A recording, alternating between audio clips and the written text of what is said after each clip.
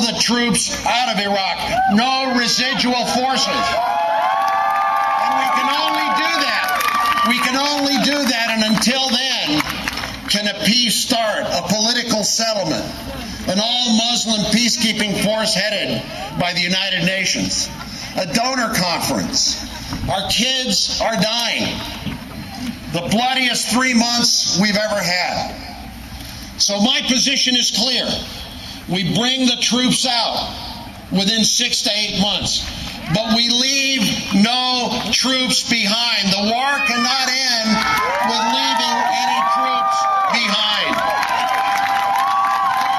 On health care, here's my plan. We need in this country universal health care, no matter who you are, whether you're a ditch digger, whether you're a cook or a maid or a teacher or a CEO. Universal health care should be a fundamental human right in this country.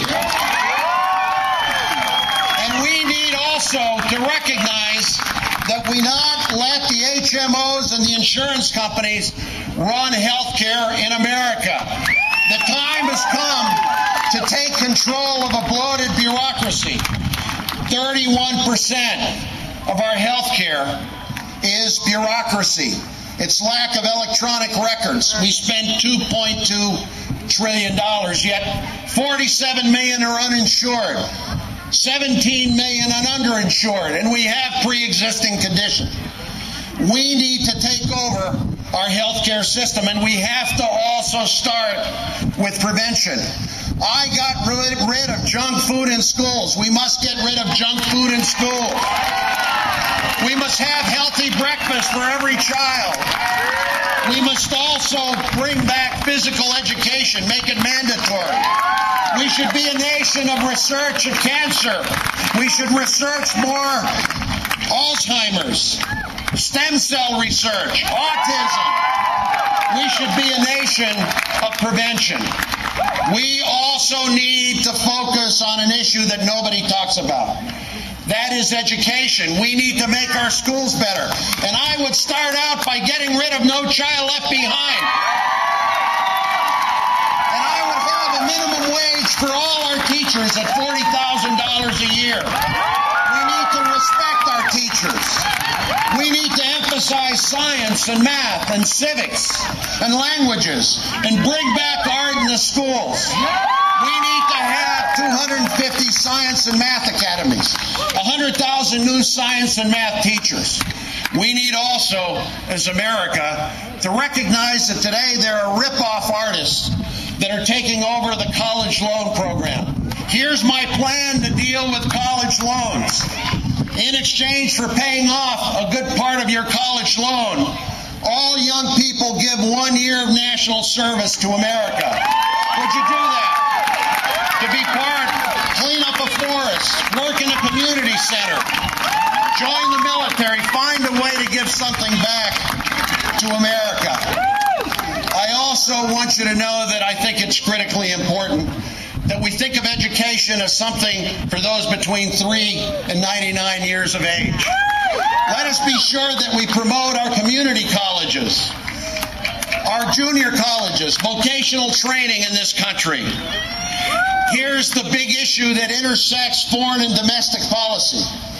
Energy independence. America must become energy independence. And we need an Apollo program, not little ideas, not energy bills here and there in the Congress. A program that reduces by 50% fossil fuel use in America. We need to shift from oil, coal, and nuclear to solar, to wind, to biomass, to biofuels, to biodiesel, to distributed generation, to ethanol.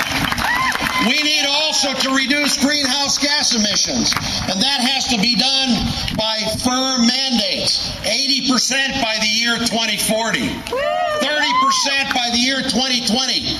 Al Gore has been right. We all just hope he doesn't get into the race. I want to also say to you that I will ask every American when it comes to energy conservation to be more careful when it comes to appliances, air conditioning, the vehicles we drive. We need to go to 50 miles per gallon fuel efficiency, not 35 miles per gallon, as the Congress wanted to do. We've got to protect the ecosystem. We've got to make sure that America protects the quality of life.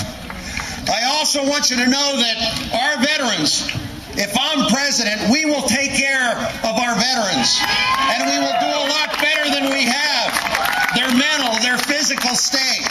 I will give a hero's health card to every veteran so that they can get their health care, not just at a VA hospital, but anywhere they want. Let's honor our veterans. I will also have a cabinet that will mirror America.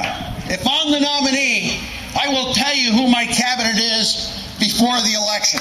I will have a veteran as head of the VA system. I will have a teacher as Secretary of Education. And I will have a union member as Secretary of Labor. I may not have the resources and the money of all the candidates, but I'm out working, everybody. I have been to 71 Iowa counties. And I'm going to get to all 99. And I am glad that Iowa today, in such a great turnout, will be a key factor in electing a president. Finally, we must return to values. We must return to the way America used to be. And if I am president, I will follow the Constitution of the United States. If I am president, I will not go to war unless I get the authority of the Congress. If I am president, we will respect a woman's right to choose. If I am president, we will not discriminate on the basis of sexual orientation. And here's what else I will do. We will join the Kyoto Treaty and we will make it stronger. If I am president, we will shut down Guantanamo. If I am president, we will also say habeas corpus is back.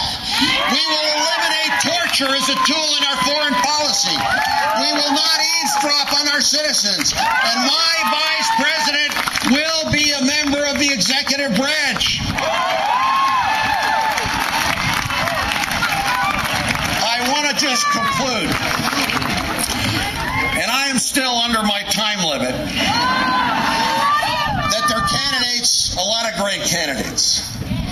And we're going to win the White House next year. But I think they're candidates that talk about change. And they are great candidates. And they're candidates that talk about experience. And they're great candidates.